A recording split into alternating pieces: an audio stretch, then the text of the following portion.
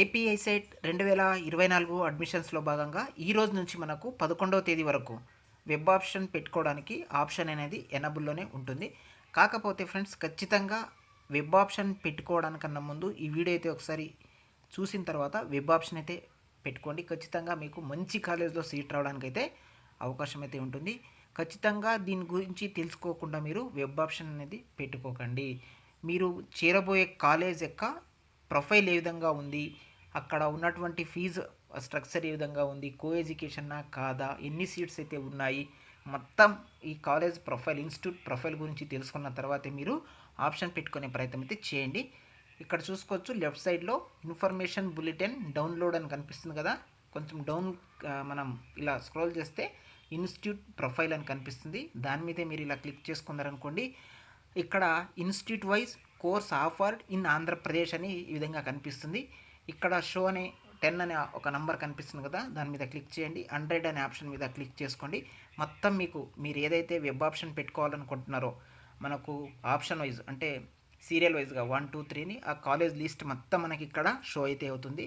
మన ఏపీలో ఉన్నటువంటి ఎంబీఏ ఎంసీఏ కాలేజ్ లిస్ట్ మొత్తం ఇక్కడ ఉంటుంది.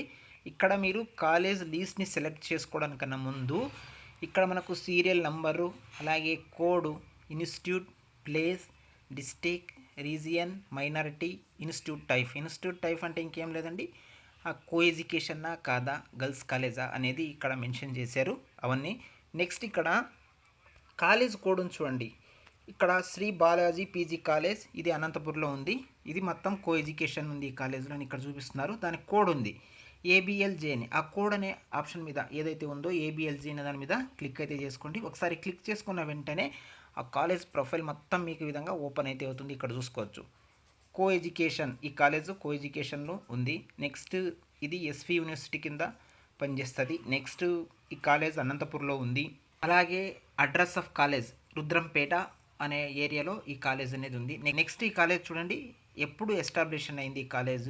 నెక్స్ట్ ఈ కాలేజ్లో హాస్టల్ ఫెసిలిటీ ఉందా లేదా, కాలేజ్ ప్రైవేటా గవర్నమెంటా, మొత్తం డీటెయిల్స్ అనేది ఈ విధంగా షో అయితే అవ్వడం జరుగుతుంది. అంతేకాకుండా ఈ కాలేజ్లో ఎంబీఏ కోర్స్ ఉందా, ఎంసీఏ కోర్స్ ఉందా, ఒకవేళ రెండూ ఉంటే ఆ కోర్సుకు సంబంధించినటువంటి సీట్స్ అనేవి ఎన్ని అవైలబుల్గా ఉన్నాయి కాలేజ్లో, ఆ కోర్సుకు సంబంధించినటువంటి ఫీజు అనేది ఏ విధంగా ఉంది అనేది పూర్తిగా ఈ విధంగా మీకు చూపించడం అయితే జరుగుతుంది. కాబట్టి మీరు ఏదైతే ఆప్షన్ పెట్టాలి అనుకుంటున్నారో ఆ కాలేజ్ యొక్క కోడ్ అనే ఆప్షన్ మీద మీరు ఇలా క్లిక్ చేసి ఈ విధంగా కాలేజ్ డీటెయిల్స్ మొత్తం తెలుసుకున్న తర్వాత మీరు ఆప్షన్ అనేది పెట్టుకున్నట్టయితే ఖచ్చితంగా మీకు మంచి కాలేజీలో సీట్ రావడానికి అవకాశం అయితే ఉంటుంది.